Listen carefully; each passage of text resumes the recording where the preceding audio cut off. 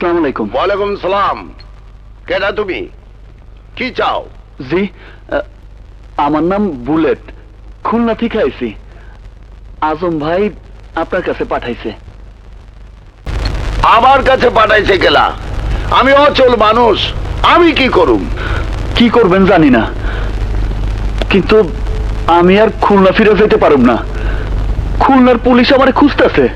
তালাশ করে গেলা? কি করলা? চুরি, ডাকাতি না rape? Murder, triple murder. Party অফিসে 3টা কেস একসাথে করতে গিয়ে একটু হিসাবে গন্ডগোল হয়ে গেছিল।